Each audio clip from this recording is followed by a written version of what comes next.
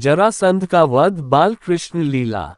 इंद्रप्रस्थ के निर्माण के बाद युधिष्ठिर ने राजसूय यज्ञ का आयोजन किया और आवश्यक परामर्श के लिए कृष्ण को बुलाया। कृष्ण इंद्रप्रस्थ आए और उन्होंने राजसूय यज्ञ के आयोजन का समर्थन किया।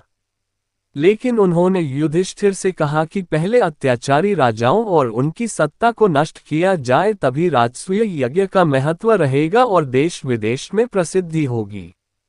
युधिष्ठिर ने कृष्ण के इस सुझाव को स्वीकार कर लिया। तब कृष्ण ने युधिष्ठिर को सबसे पहले जरासंध पर चढ़ाई करने की सलाह दी। इसके बाद भीम और अर्जुन के साथ कृष्ण मगध रवाना हुए और कुछ समय बाद मगध की राजधानी गिरिब्रज पहुंच गए। कृष्ण की नीति सफल हुई और उन्होंने भीम द्वारा मल्लयुद्ध में जरासंध का वध करवा डाला।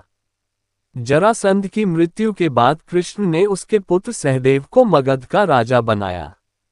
फिर उन्होंने गिरिब्रज के बंदी गृह में बंद सभी राजाओं को मुक्त किया और इस प्रकार कृष्ण ने जरासंध जैसे क्रूर शासक का अंत कर बंदी राजाओं को उनका राज्य पुनः लौटाकर खूब यश पाया।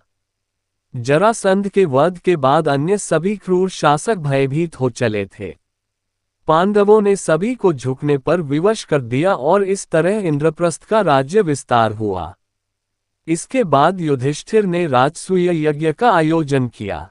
यज्ञ में युधिष्ठिर ने भगवान वेद व्यास, भारद्वाज, सुनत्तु, गौतम, असित, वशिष्ठ, च्यवन, कंदव, मैत्रेय, कवश, जित, विश्वामित्र, वामदेव, सुमति, जैमिन, क्रतु, पैल, पाराशर, गर्ग, वैशंपन अथवा कश्यप, धौम्य, परशुराम, शुक्राचार्य, आसुरी, विथोत्र, मधुद्वंदा, वीरसेन, अकृत, अब्रन आदि सभी को आमंत्रित किया। इसके अलावा सभी देशों के राजाधिराज को भी बुलाया गया।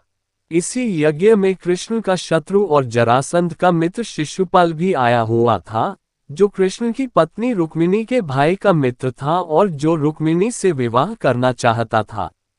ये कृष्ण की दूसरी बुआ का पुत्र था, इस नाते ये कृष्ण का भाई भी था। अपनी बुआ को श्रीकृष्ण ने उसके 100 अपराधों को क्षमा करने का वचन दिया था। इसी यज्ञ में कृष्ण का उसने 100वीं बार अपमान किया, जिसके चलते भरी यज्ञ सभा में कृष्ण ने उसका वध कर दिया।